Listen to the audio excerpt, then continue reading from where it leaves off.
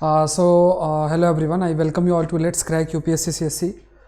Discuss करते हैं आज के जो काफ़ी सारे जो इंपॉर्टेंट टॉपिक्स हैं। फार्मर प्रोटेस्ट के ऊपर अच्छा आर्टिकल है, उसके ऊपर हम लोग डिस्कस करेंगे। फार्मर प्रोटेस्ट है, इस पर बहुत से आर्गूमेंट्स आपके आते रहेंगे। कुछ जो नया आर्गूमेंट है जो है उसको हम लोग थोड़ा सा डिस्कस करेंगे, और काफ़ी सारे आर्गूमेंट्स इससे रिलेटेड हैं। तो दोनों एंगल्स को आपको डिस्कस करना है, गवर्नमेंट के ओपिनियन को भी समझना है और फार्मर्स के व्यू पॉइंट को भी समझना है।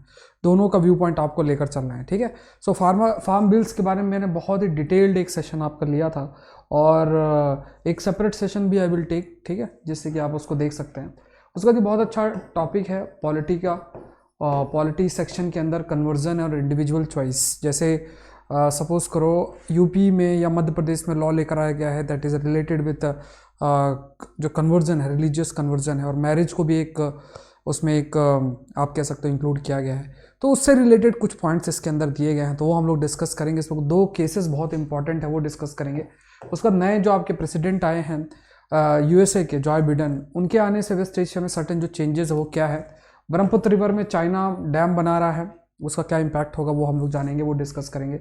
लॉटरी टैक्सेबल होती है, प्रीलिम्स में प्रश्न आपका बन सकता है, इसको जीएसटी के अंदर इंक्लूड किया गया है। कुछ छोटी न्यूज़ और भी, आखिर में I will give you the mains question, है ना। तो ये आपका जैसे फार्म प्रोटेस्ट, जो फार्मर्स का जो प्रोटेस्ट है वो GS3 में भी, एग्रीकल्चर GS2 में भी आ सकता है, ये पॉलिटी में आ सकता है। सेकंड टॉपिक ये IR का टॉपिक है, ये IR में भी आ सकता है, और इन जनरल ज्योग्राफी से रिलेटेड भी प्रश्न आपके लिए पूछ सकता है। एनवायरमेंट से रिलेटेड जो प्रश्न है वो भी आपका इसमें बन सकता है। So this session is presented by me, my name is Saurabh Pandey. अगर आप IAS एग्जाम की तैयारी कर रहे हैं तो आप अनअकैडमी से जुड़ सकते हैं, इंडिया के टॉप 80+ एजुकेटर से आप जुड़ सकते हैं।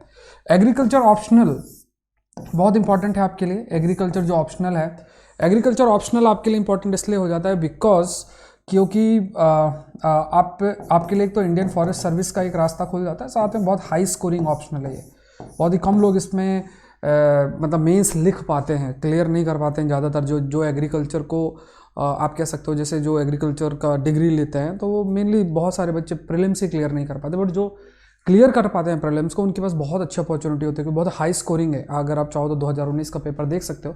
तो नया बैच आपका जल्द से जल्द शुरू होगा।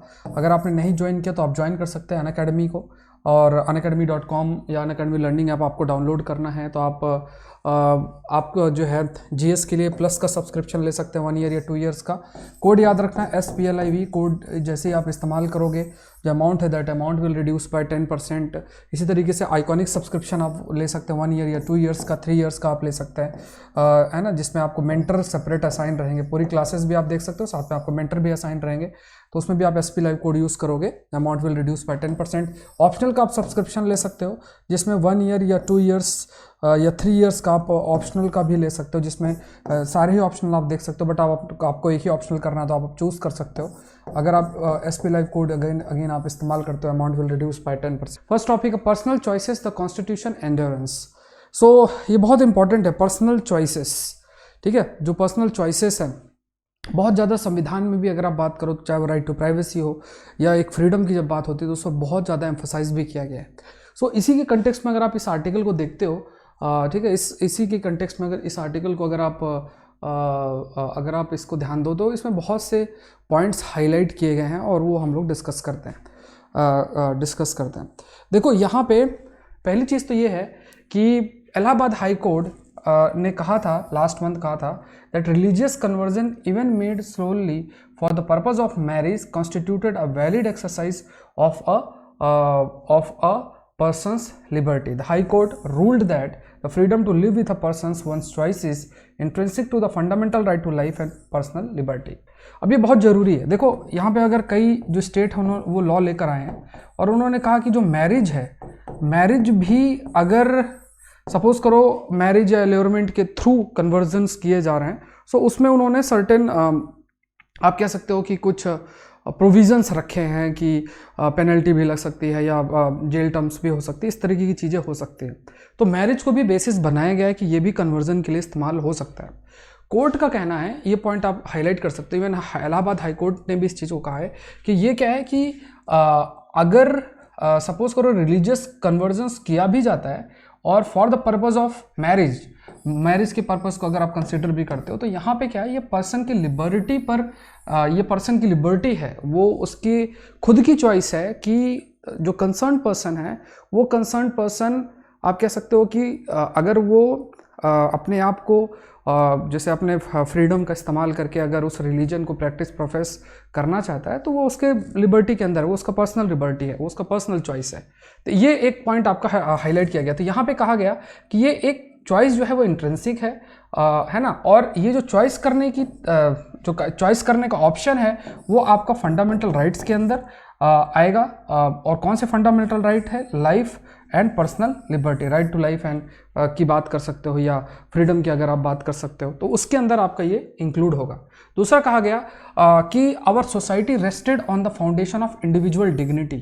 ठीक है, हमारे समाज की जब हम बात करते हैं तो इंडिविजुअल डिग्निटी पर बहुत ज़्यादा एम्फोसाइज किया गया, और जो पर्सनस फ्रीडम है is not conditional on the caste, creed और religion that her partner might claim to profess, and that every person has an equal dominion over their own sense of conscience। अपने खुद की जो conscience है, ठीक है, जो आप कह सकते हो जो मोरल सेंस है, जो आपका खुद का एक मोरल सेंस है, जिस सेंस का आप इस्तेमाल करके किसी भी चीज़ को सही या गलत कहते हो, जो आपका एक कंसाइंस है, उस कंसाइंस का इस्तेमाल करके अगर कोई पर्सन किसी रिलीजन को भी ऑप्ट करता है एज पर दिस आर्टिकल, अगर उसको भी वो ऑप्ट करता है तो वो क्या है, उसके पास ये राइट है। ठीक है, सो यहाँ पे ये कोई जो पर्सन का फ्रीडम है, वो पर्सन का फ्रीडम कोई कंडीशनल सिचुएशन नहीं, it is not a conditional situation कि किसी पर्सन के पास फ्रीडम है, किसी के पर्सन के पास फ्रीडम नहीं है, किसी के पास फ्रीडम है या नहीं है, इसका जो बेसिस है किसी का कास्ट हो या रिलीजन हो, है ना, ये सब बातें नहीं है। ठीक है, तो ये पर्सन के खुद के फ्रीडम के विदिन है, ये उसके खुद के उसकी लिबर्टी है, या फिर आप कह सकते हो उसकी जो कंसाइंस है, उस बेसिस पर वो कोई भी जो रिलीजन है उस रिलीजन को प्रैक्टिस या प्रोफेस कर सकता है। ठीक है, ये एक पॉइंट आपका हाईलाइट किया गया है। So individual ability to construct vital aspect of her life in her right to privacy, that is this promise include the preservation of the decisional autonomy। ठीक है, जो डिसीजनल ऑटोनॉमी है, वो डिसीजन करने की जो ऑटोनॉमी है, वो डिसीजनल ऑटोनॉमी भी उसको कहाँ से मिल रही है? वो मिल रही है संविधान से ही, कॉन्स्टिट्यूशन ही उसको वो डिसीजनल ऑटोनॉमी भी प्रोवाइड कर रहा है। इवन चाहे अगर आप इंक्लूड करो राइट टू प्राइवेसी, किसी को कौन सा रिलीजन प्रैक्टिस करना है, ये संविधान भी राइट रिलीजन से रिलेटेड जो राइट्स है उस पर प्रोवाइड करता है। और राइट टू प्राइवेसी के तहत भी अगर आप देखते हो तो वो उसका पर्सनल एस्पेक्ट है कि वो किस रिलीजन को फॉलो कर रहा है और किस रिलीजन को वो फॉलो नहीं कर रहा है, जो भी है। ठीक है, तो इस पर आपका हाईलाइट किया गया। Noorjahan versus state of UP case 2014 में कहा गया कि conversion by an individual to Islam was valid only when it was predicated on a change of heart and on an honest conviction in the tenets of newly adopted religion। देखो ये बहुत ज़रूरी है। Marriage के बाद अगर कोई marriage भी होती है, इंटरकास्ट मैरिज होती है, कोई भी विद इन कास्ट आपकी मैरिज होती है, तो उसमें जो हमारा सोसाइटी है, उस सोसाइटी में इस तरीके के नॉर्म्स हैं, इस तरीके के नॉर्म्स फॉलो किए जाते हैं कि वो जो सरनेम है वो चेंज हो जाता है। ठीक है, वो सरनेम बदलाव हो जाता है, इसमें जो मेल पार्टनर है उसका सरनेम आपका ऑप्ट किया जाता है। अब यही जो आर्ग्यूमेंट है वो रिलीजन के केस में भी देखा जाता है कि अगर किसी का रिलीजन डिफरेंट है तो जो फीमेल पार्टनर हैं उनको अपना जो सरनेम है उसको चेंज करना पड़ता है। तो कई बार ये हो सकता है कि एक जो फीमेल पार्टनर है वो अपने उस फैमिली का पार्ट बनने के लिए ऐसा चेंजेस कर ले, और एक तरफ ये भी हो सकता है, कई बार ये फोर्सफुल भी हो सकता है, और कई बार कई सारे तरीके हो सकते हैं। लेकिन यहाँ पे समझना ये है कि वो जो इंडिविजुअल है, जो फीमेल पार्टनर है, उनके चॉइस पर भी बहुत अधिक निर्भर करता है कि क्या वो उस चीज़ को एक्सेप्ट करते हैं या फिर उसको एक्सेप्ट नहीं करते। अगर वो एक्सेप्ट करते हैं तो एक्सेप्ट फोर्सफुल नहीं होना चाहिए, मतलब एक्सेप्टेंस जो है फोर्सफुल तरीके से नहीं करवाना चाहिए, रादर क्या होना चाहिए, चेंज ऑफ हार्ट, उनके अंदर ही बदलाव हो और वो जाके उस रिलीजन को आपका एक्सेप्ट करें। सलामत अंसारी केस में अगर आप देखो, इसमें कहा गया था कि women to establish that her conversion was born out of her conscience and out of deep seated belief in the teaching of her new religion. ठीक है, तो यहाँ पे कहा गया कि ये भी इंश्योर करना चाहिए कि जो भी ये चेंजेस हुए हैं वो चेंजेस क्योंकि नए रिलीजन पर जो उनका बिलीफ है उस वजह से ये कन्वर्जन देखने को मिला है, या फिर उनका जो कंसाइंस है, जो मोरल सन है, इनर जो मोरल सेंस है, उस बेसिस पर उन्होंने अपने आप को चेंज किया है। ठीक है, सो ये एक आर्ग्यूमेंट आपका दिया गया। नूरजहां केस की बात की जाए तो जैसे जो डिविजनल बेंच था तो उसने नूरजहां केस को इनकरेक्टली डिलीवर्ड, उसमें कहा गया कि it held that judgement in Noorjahan के incorrectly delivered. Marriage, the high court said it was a matter of choice and every adult women has a fundamental right to choose her own partner. है ना, खुद के मतलब अगर marriage की बात की जाए तो उसमें कोई फोर्सफुल नहीं है, कौन किस पर्सन को चूज करता है एज अ पार्टनर वो उस इंडिविजुअल के ऊपर आपका डिपेंड करता है। ठीक है, सो यहाँ पे choice of religion the state can have little to do with it. Even marriage आप कह सकते हो, मैरिज आप कह रहे हो कि ठीक है ये एक पर्सनल चॉइस है, पर्सन के ऊपर डिपेंड करता है वो किसके साथ मैरिज करना चाहते हैं, और इस मैरिज के बेसिस पर अगर वो किसी रिलीजन का भी चूज करते हैं सो वो क्या है, वहाँ पे इस चॉइस के लिए बहुत ही कम जो स्टेट है वो बहुत ही कम इंटरफेरेंस कर सकता है, लिटिल और नो इंटरफेरेंस आपका होना चाहिए। आर्टिकल 25 की बात करोगे, ये क्या है, चॉइस दैट इंडिविजुअल मेक, यहाँ पे protect the choices that individual make. यहाँ पे देखा जाता है right to freely profess, practice and propagate religion, ये राइट्स उनको आपके दिया भी गया है। और अगर कंसाइंस शब्द की बात करो तो यहाँ पे क्या, each persons own sense of moral rights and wrong, आप खुद का जो इनर सेंस है उस इनर सेंस के बेसिस पर क्या सही है क्या गलत है, उस कंसाइंस का इस्तेमाल करके आप चॉइसेस कर सकते हो कि किसके साथ मैरिज करनी है। और अगर उस मैरिज को आप करते हो और उसके बाद नए रिलीजन को भी ऑप्ट करते हो तो उसका सोर्स क्या है, ये कंसाइंस के ऊपर बेस्ड आपका होता है। तो ये थोड़ा सा आपको ये व्यू पॉइंट आपको रखना है। देखो डिफरेंट डाइवर्सिफाइड ओपिनियन जरूरी है। अगर एक एंगल आप इस बात पर भी बता सकते हो कि बहुत सारे कॉन्स्टिट्यूशनल एक्सपर्ट ऐसा कहते हैं और कई दूसरे आर्गूमेंट आप दे सकते हो जो हमने पहले डिस्कस किए हैं। तो ये सब पॉइंट्स आपको ध्यान रखना है। नेक्स्ट देखते हैं, in farmers protest the core is procurement. ये एक इंपॉर्टेंट आर्गुमेंट इसमें बहुत अच्छा दिया गया। फार्म बिल्स के बारे में मैंने आपसे बहुत डिटेल में डिस्कस किया, एक सेशन में आपके लिए सेपरेट भी इसमें क्रिएट कर दूंगा जिसमें आपको थोड़ा सा आसानी रहेगी, आप डायरेक्ट उसको देख सकते हो। तो यहाँ पे ये जीएस पेपर 3 के लिए भी इंपॉर्टेंट है, जीएस पेपर 2 में भी प्रश्न इनडायरेक्टली पूछा जा सकता है, 1 में भी पूछा जा सकता है।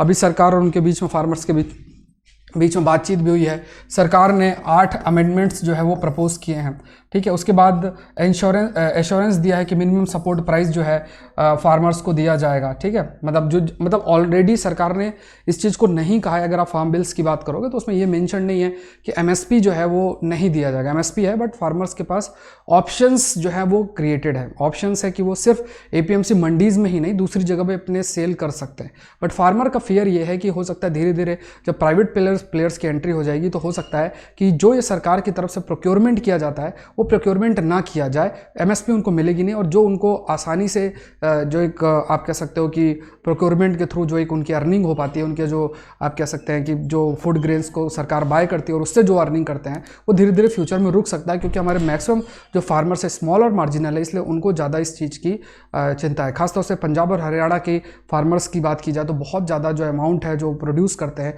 वो सरकार के द्वारा ही प्रोक्योर किया जाता है। तो ये एक बहुत बड़ा फियर है, इसलिए कुछ अमेंडमेंट तो प्रपोज किए गए हैं, लेकिन उस अमेंडमेंट को मतलब अभी जो न्यूज़ है फार्मर्स उसको एक्सेप्ट नहीं कर रहे हैं। उनका ये मानना है कि जितने भी ये लॉज आप लेकर आए, 3 जो लॉज है उनको पूरी तरीके से खत्म करना चाहिए। तो यहाँ पे क्या है, पहली चीज़ ये है मिनिमम एमएसपी प्राइस जो है, मिनिमम सपोर्ट प्राइस का विड्रॉल, ये एक डर है, ठीक है। उसके बाद जो प्रोक्योरमेंट है, पब्लिक प्रोक्योरमेंट है जो किया जाता है सरकार के द्वारा जो पब्लिक प्रोक्योरमेंट किया जाता है, पीडीएस के लिए भी वो जरूरी है, फूड सिक्योरिटी एक्ट के लिए भी जरूरी। तो जो ये प्रोक्योरमेंट किया जाता है, मतलब फार्मर से जो गेहूं चावल ये सब खरीदे जाते हैं, तो उससे क्या फार्मर्स को भी एक पैसा, एक अमाउंट जो है वो मिल पाता है। और सरकार को भी देखोगे तो बहुत सी रिस्पॉन्सिबिलिटी है, क्योंकि इंडिया मतलब हमारा जो देश है वो एक वेलफेयर स्टेट के रूप में, गवर्नमेंट वेलफेयर स्टेट के रूप में काम कर रही है। सो उसमें बहुत सारी जिम्मेदारी सामाजिक लोगों के मतलब समाज के लोगों के लिए, जो डिप्राइव्ड ऑफ डाउन ट्रोडन लोग हैं उनके लिए बहुत बड़ी जिम्मेदारी भी आपकी आती है। तो यहाँ पे क्या है कि यहाँ पे कहा गया है कि stage has been set for large private players to take over agriculture, ऐसा फार्मर्स का मानना है कि अभी जो सिचुएशन क्रिएट हुई है उस सिचुएशन को जो क्रिएट की गई है, जो बिल्स ये है, ये कहीं ना कहीं प्राइवेट प्लेयर्स की एंट्री करवाएंगे, ठीक है। अब यहाँ पे प्राइवेट प्लेयर्स की एंट्री करवाएंगे और हो सकता है फ्यूचर में, ये अभी क्योंकि लॉ में मेंशन नहीं है, लेकिन ऐसा उनका अप्रहेंशन है कि हो सकता है कि एमएसपी का विड्रॉल हो जाए और प्रोक्योरमेंट जो पब्लिक प्रोक्योरमेंट है जो है उसको वो आपका ख़त्म कर दिया जाए सरकार के द्वारा, ठीक है। वहीं अगर आप सरकार के ओपिनियन की बात करो तो सरकार के ओपिनियन के अकॉर्डिंग, जैसे अगर देखा जाए तो एग्रीकल्चर स्टेट सब्जेक्ट के अंदर है और आपके एपीएमसी मंडीज़ का गठन किया जाता है। एपीएमसी जो मंडीज़ हैं, ये जो एपीएमसी मंडीज़ है फार्मर्स को अपनी पहली जो सेल है वो इन एपीएमसी मंडीज़ में ही करनी होती है, ठीक है। और ये एपीएमसी मंडीज़ में बहुत सारे इंटरमीडिएटरीज होते हैं जो लाइसेंस लेकर वहाँ काम करते हैं, जिनको फार्मर्स को अपना बेचना पड़ता है, और उस वजह से क्या है कि वो लोग ही मैक्सिमम प्रॉफिटेबिलिटी ले पाते हैं। मैक्सिमम जो प्रॉफिटेबिलिटी फार्मर्स तक नहीं पहुंचता, जो कॉमन फार्मर्स हैं उनको नहीं पहुंच के ज़्यादातर जो इंटरमीडिएटरीज हैं वो उसका फ़ायदा ज़्यादा उठा पाते हैं, ठीक है। सो अगर ये लोग फार्मर से 5 रुपए की चीज़ खरीदते हैं तो फिर वो बेचते हो सकता है 20 रुपये 25 रुपये, बट वो प्रॉफिटेबिलिटी फार्मर्स के पास नहीं पहुंच पाती है। लेकिन क्या है कि अब जो लॉ लेकर आया गया है उस लॉ के अंदर आपके पास आप एपीएमसी मंडीज़ के बियॉन्ड चीज़ें जो है मतलब सिर्फ एपीएमसी मंडीज़ में ही नहीं, दूसरी जगहों पे अगर फार्मर चाहते हैं तो वो अपने प्रोडक्ट को सेल कर सकते हैं। ये ऑप्शन उनका इस समय वो ऑप्शन आ गया है, ठीक है। सो ये क्या है कि जो मार्केट है, मार्केट जो ऑप्शंस है, सेल करने का जो ऑप्शंस है वो फर्दर इंक्रीज किया जा रहा है, ठीक है। जो है वो ऑप्शंस फर्दर आपका इंक्रीज किया जा रहा है। इसके लिए एक अगर आप देखोगे कि जो लॉ लेकर आ गया उसमें कहीं भी ये मेंशन नहीं है कि एमएसपी या फिर प्रोक्योरमेंट सिस्टम को पूरे तरीके से ख़त्म किया जाएगा। ये तो एक एप्रीहेंशन है। जैसे सिटीजनशिप अमेंडमेंट एक्ट की बात करो तो उसमें भी अगर आप देखोगे तो उस समय ये था कि कई सारे जो लोग हैं उनके सिटीजनशिप ले ली जाएगी, ऐसी चीज़ें काफ़ी समय तक चली थी, ठीक है। लेकिन अभी अगर आप देखते हो, अगर इस समय अगर यहाँ फार्म बिल्स की बात करोगे तो उसमें भी यही एक डर है। डर इसी चीज़ का है, बिल में मेंशन नहीं है, बट वो एक आप कह सकते हो परसेप्शन क्रिएट हुआ है कि जो एमएसपी ख़त्म की जाएगी, प्रोक्योरमेंट ख़त्म किया जाएगा, बट लॉ के अंदर ये कुछ भी मेंशन नहीं है, ठीक है। चाहो तो आप जाके रीड कर सकते हैं। अब यहाँ पे जो अप्रहेंशन है उस अप्रहेंशन को दूर करना, जो फियर है उस फियर को दूर करना जरूरी है। तो नियरली 88% जो पैडी प्रोडक्शन है, मतलब राइस का प्रोडक्शन और 70% वीट प्रोडक्शन पंजाब और हरियाणा में ये क्या है, पब्लिक प्रोक्योरमेंट, मतलब सरकार के द्वारा ही ये खरीदा गया है। अगर इसमें कुछ भी चेंजेस होंगे तो वहाँ के जो फार्मर्स हैं वो डायरेक्टली सरकार को सेल नहीं कर पाएंगे। उसके अलावा देखा जाए तो the other major paddy states जैसे Andhra Pradesh, Telangana, Orissa, Uttar Pradesh, only 44% rice production is procured by public agencies. इतना प्रोक्योरमेंट आपका किया जाता है। सो फार्मर्स ऑफ पंजाब और Haryana need the procurement system, the government need it even more. तो यहाँ पे ऐसा ही नहीं कि सिर्फ पंजाब और हरियाणा के फार्मर्स को ही जरूरत है, गवर्नमेंट को भी इस चीज़ की जरूरत है, क्योंकि उसकी कुछ ऑब्लिगेशंस हैं, चाहे फूड सिक्योरिटी एक्ट हो या पीडीएस हो, है ना, जो पब्लिक डिस्ट्रीब्यूशन सिस्टम है। लगभग 80 करोड़ जो है बेनिफिशरीज हैं अंडर जो नेशनल फूड सिक्योरिटी एक्ट है, या फिर 8 करोड़ जो माइग्रेंट वर्कर्स हैं, तो उनके लिए भी सरकार को प्रोक्योरमेंट करना पड़ेगा राइस वीट को, तभी वो अपनी जिम्मेदारी को निभा पाएंगे, ठीक है। तो इसलिए ऐसा नहीं कि सिर्फ पंजाब के और हरियाणा के फार्मर्स को ही जरूरत है इस चीज़ की, सरकार को भी जरूरत है। सो अगर वो प्रोक्योरमेंट सिस्टम को, जो पीडीएस सिस्टम है, अगर वो उसको पूरे तरीके से डिसमेंटल करते हैं तो ये ना ही फार्मर के हित में है ना ही सरकार के हित में। बट सरकार ने इस चीज़ को बार बार कहा है कि हम ना एमएसपी खत्म कर रहे हैं, ना प्रोक्योरमेंट जो सिस्टम है वो उसको हम खत्म कर रहे हैं। फार्मर्स के पास ये ऑप्शन बन जाएगा कि वो एग्रीकल्चर को एक बिजनेस के रूप में ले सकते हैं, ठीक है। यहाँ पे सिर्फ ऐसा ही नहीं कि जो मंडीज है वहीं पे जाके वो अपना सेल कर सकते हैं, उनके पास ये ऑप्शन है कि वो मंडीज में भी सेल कर सकते हैं और साथ में आउटसाइड मंडीज भी सेल कर सकते हैं। ये जो एक रूल है पीएमसी मंडीज के एक्ट, जो agriculture produce marketing committee act के तहत जो एक ऑब्लिगेशन होता है कि पहली सेल फार्मर इन मंडीज में ही कर सकता है, तो वो ऑब्लिगेशन सरकार खत्म आपकी कर रही है, ठीक है। ये एक एंगल है। नेक्स्ट देखते हैं Iran challenge, Biden must go to nuclear deal without expecting further concessions from Tehran. तो ये एक डेवलपमेंट वेस्ट एशिया में देखने को मिल सकता है। जॉय बिडेन आपके नए जो प्रेसिडेंट आपके आएंगे, और बैराक ओबामा, इससे जो मतलब डोनाल्ड ट्रंप से पहले बैराक ओबामा थे, और उसी टेन्योर में अगर आप देखोगे तो जॉय बिडेन 2017 में वाइस प्रेसिडेंट भी थे और पहले भी वाइस प्रेसिडेंट आपके रहे हैं। तो जब 2015 में joint comprehensive plan of action जो साइन किया गया था, joint comprehensive plan of action JCPOA, ठीक है, joint comprehensive plan of action, जिसमें P5+1 और 5 member United nation security council के परमानेंट मेंबर और एक आपका जर्मनी और ईरान। तो इस joint comprehensive plan of action में क्या था कि ईरान के न्यूक्लियर प्रोग्राम को ट्रांसपेरेंट बनाने की बात की गई थी। फिर धीरे धीरे यूएसए ने इस पर विड्रॉ कर लिया, ठीक है, यूएसए ने विड्रॉ कर लिया, और मिली डोनाल्ड ट्रंप के अंदर उनका अलग एक व्यू पॉइंट था, तो उन्होंने विड्रॉ कर लिया। विड्रॉ करने के बाद अब क्योंकि जॉय बिडेन दोबारा से आए हैं, तो पॉसिबिलिटी है कि अब दोबारा से इस लॉ के ऊपर मतलब ये जो JCPOA है इस पर दोबारा से यूएसए की एंट्री हो। और अगर यूएसए की एंट्री इस पर दोबारा से होती है तो इजराइल जो कि एक एलाई है यूएसए का, वो उससे नाराज़ हो सकता है, क्योंकि उसको ये लगता है कि ईरान का फिर न्यूक्लियर प्रोग्राम और लेजिटिमाइज हो जाएगा और उसको नुकसान होगा। साथ में सऊदी अरेबिया जैसे जो एक दोस्त हैं यूएसए के, वो भी नाराज़ हो सकते हैं यूएसए से अगर वो ईरान के ऊपर जो सैंक्शंस लगे हैं उसको हटाया जाता है, और साथ में जो ईरान है उसको अलाउ किया जाता है कि वो अपने न्यूक्लियर प्रोग्राम को रन कर सकता है, प्रोवाइडेड जो कंडीशंस हैं JCPOA के अंदर। तो यहाँ पे ये भी पॉसिबिलिटी हुई थी, डोनाल्ड ट्रंप जो है उन्होंने बातचीत भी की थी कि JCPOA को अमेंड करना चाहिए, बट ईरान ने एग्री नहीं किया। तो बहुत ज़्यादा प्रेशर बनाया गया था, मैक्सिमम प्रेशर बनाया गया था ईरान के ऊपर यूएसए के द्वारा, बट मैक्सिमम रेजिस्टेंस भी शो किया ईरान के द्वारा। तो इस तरीके की सिचुएशन थी। तो ईरान लगातार आप कह सकते हो, इवन ईरान के एक न्यूक्लियर साइंटिस्ट का भी असैसिनेशन किया गया इजराइल के द्वारा। तो वहाँ जो पावर डायनेमिक्स है, हो सकता है अगर यूएसए अपने स्टैंड को चेंज करता है, JCPOA की तरफ शिफ्ट करता है, जो पावर डायनेमिक्स है वेस्ट एशिया में, वो बदलाव उसमें आ सकता है। तो ये बातें तब अभी और क्लियर हो पाएंगी जब और सारी चीज़ें होती हैं। 20 जनवरी के बाद जो है जो आपके जो प्रेजेंट इलेक्टेड प्रेसिडेंट है, वो प्रेसिडेंट अपना जो ऑफिस होल्ड करते हैं, ठीक है। तो ये आपको ध्यान में रखना। अच्छा, जो बच्चे लाइव देख रहे हैं, I request each of you कि लाइक बटन आप जरूर से प्रेस करें, शेयर भी जरूर से आपको करना है। It will hardly take less than 1 second, ठीक है। और नोट्स आपको जरूर से अपने प्रिपेयर करते रहना है, रिवीजन जो है आपको जल्द से जल्द करते रहना है, ठीक है। और देखते हैं नेक्स्ट जो टॉपिक है ब्रह्मपुत्र रिवर के ऊपर है। और यहाँ पे अगर देखा जाए तो स्टार्टिंग में अगर देखा जाए तो इसमें ब्रह्मपुत्र रिवर के ऊपर चाइना डैम और डैम्स बना रहा है। अच्छा, कौन सा टॉपिक किस पेपर से बिलोंग करता है, मैंने ऑलरेडी आपको स्टार्टिंग में आई एक्सप्लेन ही हो। तो अगर आप ऐसा स्किप करके देखते हो तो स्टार्टिंग का जो सेशन है, वो पार्ट है, उसको जरूर से देखना है, क्योंकि in that part I explain you कि कौन सा टॉपिक किससे आपका बिलोंग करता है। तो ये टॉपिक आपका GS1 में भी पूछा जा सकता है, आपके GS3 के अंदर भी आपका फ्रेम हो सकता है, ठीक है। तो ये आपको ध्यान में रखना, तो इसको थोड़ा सा समझना पड़ेगा आपको।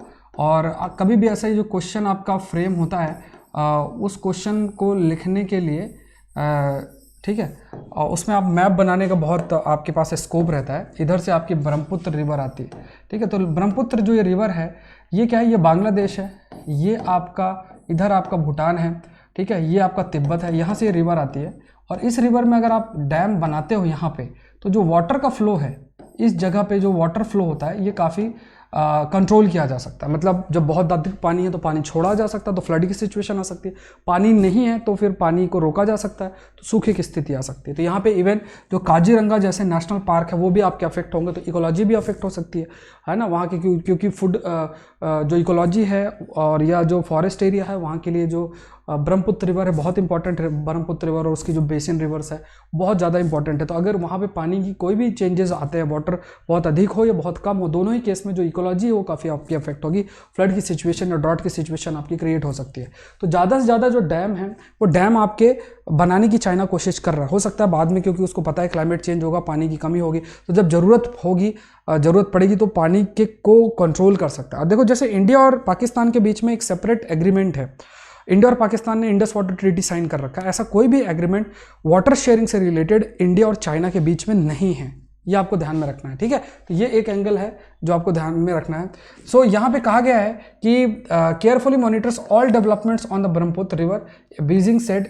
उसका ये कहना है कि जो चाइना है, चाइना जो डैम बनाने की बात कर रहा है, वो कह रहा है उसका राइट है डैम बनाने का, उसका लेजिटिमेट राइट है। देखो, चाइना अपने इंटरेस्ट को बहुत ही अच्छे तरीके से प्रस्तुत करता है, और हमारे देश में भी एक ओपिनियन मेकर्स हैं जो चाइना के ही ओपिनियन को वैसा प्रेजेंट करते हैं। जो शब्दों का इस्तेमाल है वो इसी तरीके से करते हैं कि आपके माइंड के अंदर एक पॉजिटिव इमेज बनेगी चाइना की, हाँ देखो अच्छा कर रहा है डैम बनाने की, अच्छा काम कर रहा है, ठीक है। तो यहाँ पे आपको समझना है, चाइना डैम बनाना इसलिए चाहता है क्योंकि फ्यूचर में उसको पता है कि क्लाइमेट चेंज होगा, पानी की कमी होगी, और वो ज़रूरत पड़ने पर पानी रोक सकता है और अपनी जो ज़रूरत है उसको पूरी कर सकता है। ये एक बहुत बड़ी, तो बट चाइना कहता है कि उसका लेजिटिमेट राइट है। उसके बाद अगर देखा जाए तो यहाँ पे चाइना हाइड्रो पावर फर्म है, पावर चाइना करके वो बिल्ड कर रहा है इस रिवर के ऊपर जो डैम है। 2015 में डैम आपका जो है जंगमुई डैम तिब्बत में ऑपरेशनलाइज हुआ था। उसके बाद 3 और डैम्स आपके थे, दागू, जियागू, जियाचा, ये याद रखना है, कई बार प्रीलिम्स में भी आपसे पूछा जा सकता है और ऐसे भी प्रश्न आपके लिए बन सकता है। सो ये रन ऑफ रिवर प्रोजेक्ट्स है ऐसा रन ऑफ रिवर है। रन ऑफ रिवर में क्या होता है कि पानी के बहाव को रोका नहीं जाता, पानी के बहाव को इस्तेमाल किया जाता है, मतलब पानी को स्टोर नहीं किया जाता है, पानी के बहाव को इस्तेमाल करके फिर चाहे वो इलेक्ट्रिसिटी प्रोड्यूस किया जाए या जो भी है, ठीक है। अगर ऊपर से पानी कर गिर रहा है तो उसके बहाव का इस्तेमाल करके और फिर लाइट का प्रोडक्शन किया जा सकता है। जैसे आपका ये जो डैम्स हैं दागू, जियाकू और जियाचा करके, और या जांगमुई डैम है, तो नया डैम भी आपका बनाया जाएगा, ये भी पानी को डाइवर्ट करेगा। अब देखो लोअर राइपेरियन स्टेट, देखो ऊपर जैसे for example China upper riparian हो गया इंडिया, और बांग्लादेश लोअर राइपेरियन हो गया, इंडिया जो है मिडिल राइपेरियन हो गया। तो पानी अगर ऊपर रोका जाता है तो पानी कम पहुंचेगा इंडिया में और फिर और कम पहुंचेगा बांग्लादेश में। सो इस तरीके की सिचुएशन आपकी हो सकती है। तो यहाँ पे लोअर राइपेरियन स्टेट्स ने कहा है कि उसका भी एक यूजर राइट है, ठीक है, to the water of the trans border rivers. Government ने अपना जो कंसर्न है चाइनीज़ अथॉरिटीज़ को बार बार हाईलाइट किया है कि वो डाउनस्ट्रीम देश है, लोअर राइपेरियन देश है, तो उनके सर्टेन यूज़र राइट्स है, उस यूज़र राइट्स को रेस्पेक्ट करना बहुत ज़रूरी है, ठीक है। जो यूज़र राइट्स हैं, those user rights need to be respected. जो यूज़र राइट्स हैं वो यूज़र राइट्स को रेस्पेक्ट करना जरूरी है।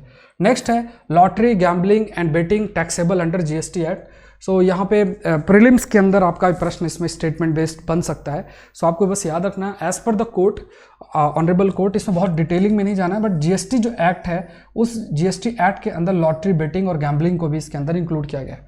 तो यहाँ पे definition of goods under section 2 of the central goods service tax 2017, ठीक है। तो आपको ये ध्यान में रखना है, ये थोड़ा सा इंपॉर्टेंट आपके प्रीलिम्स प्रोस्पेक्टिव से इंपॉर्टेंट हो जाता है। बहुत डिटेलिंग में नहीं जाना, प्रोवाइडेड अगर आप सीए हुए की तैयारी कर रहे हो तो अलग बात है। नेक्स्ट देखते हैं speak for all religion India tell United Nation. तो ये एक पॉइंट है, इस पर इंडिया ने हाईलाइट किया है। और जैसे रिलीजियस फ्रीडम की जब आपकी बात होती है तो यूनाइटेड नेशन का जो व्यू पॉइंट है वो हमेशा, जब भी यूनाइटेड नेशन बोलता है तो ये बात आप बहुत जगह पे इस्तेमाल भी कर सकते हो। तो इंडिया ने यूनाइटेड नेशन को कहा कि जब भी आप बोलते हो तो आप चाहे वो क्रिश्चियंस हैं, इस्लाम है या जुदाइज़म है, इनके बारे में ही इनके साथ अगर कुछ होता है तो आप उसी पॉइंट को रेस करते हो, ठीक है। तो ये गलत नहीं है, आप बिल्कुल कर सकते हो, बट दूसरे रिलीजन को भी इंक्लूड करो। जैसे हिंदुइज्म है जिसमें 1.2 बिलियन फॉलोअर्स है, Buddhism has more than 535 million followers है, सिखिज्म के 30 मिलियन फॉलोअर्स है। तो ऐसा नहीं है कि सिर्फ आप जो अब्राहमिक रिलीजन्स हैं उन्हीं को सिर्फ हाईलाइट करो कि वही सिर्फ आप ध्यान रखो, बाकी के जो रिलीजन्स हैं उनके साथ भी जो भी गलत होता है या जो भी व्यू पॉइंट है उसको आपको सामने रखना चाहिए, ठीक है। तो ये इंडिया ने कहा है और इस चीज़ के लिए देखते हैं यूएन कितना एग्री करता है। नेक्स्ट देखते हैं Indian vaccines after phase 3 trials. So Pfizer mRNA vaccines have been approved, है ना। तो Pfizer की जो mRNA वैक्सीन है वो अप्रूव किया गया है यूनाइटेड किंगडम के द्वारा, ठीक है। और लगभग 80,000 of the for about 80,000 of the countries most vulnerable people. India's own vaccine could be available almost immediately. India की खुद की जो वैक्सीन है वो भी आपकी जल्द जो है अवेलेबल आपकी हो पाएगी। कमेंट सेक्शन में please let me know what is mRNA based vaccine. तो देखो ये वैक्सीन आपकी आती रहेंगी, तो इसका ऐसा डे टू डे अपडेट आपको नहीं करना है। अगर आप चाहो तो ऐसे ही रीड कर सकते हो, बट ऐसे डे टू डे ऐसा अपडेट नहीं, कौन सी वैक्सीन आई कौन सी नहीं आई, वो आपके इंटरेस्ट के ऊपर आप पढ़ना चाह रहे हो। लेकिन यहाँ पे क्या है, mRNA जो mRNA है, mRNA बेस्ड वैक्सीन क्या होती है वो थोड़ा सा ध्यान रखो, ठीक है। कमेंट सेक्शन में प्लीज लेट मी नो, बहुत बार मैंने आपको एक्सप्लेन किया है। क्वेश्चन देख लो, building dams on Brahmaputra river by China will impact both economy and ecology in lower riparian states. 15 marks का क्वेश्चन है, तो आप को इसको लिखना है, मैप बनाना है, ठीक है। अपने आंसर आप सेंड कर सकते हो daily dose with s.pandey Telegram channel, ठीक है। और SP करंट अफेयर्स करके आपका टेलीग्राम चैनल है जहाँ से आप इसका PDF डाउनलोड कर सकते हो, ठीक है। SP करंट अफेयर्स इस सेशन का जो PDF है उसको आप डाउनलोड कर सकते हो। सो आई रिक्वेस्ट यू ऑल कि लाइक आप जरूर से करें, शेयर जरूर से करें। 2-3 दिन के अंदर आई थिंक हमारा लाइव सेशन शुरू हो जाएगा। जैसे ही लाइव सेशन शुरू होगा सुबह 9 बजे ही आपका सेशन होगा, ठीक है। So thank you everyone and let's crack it.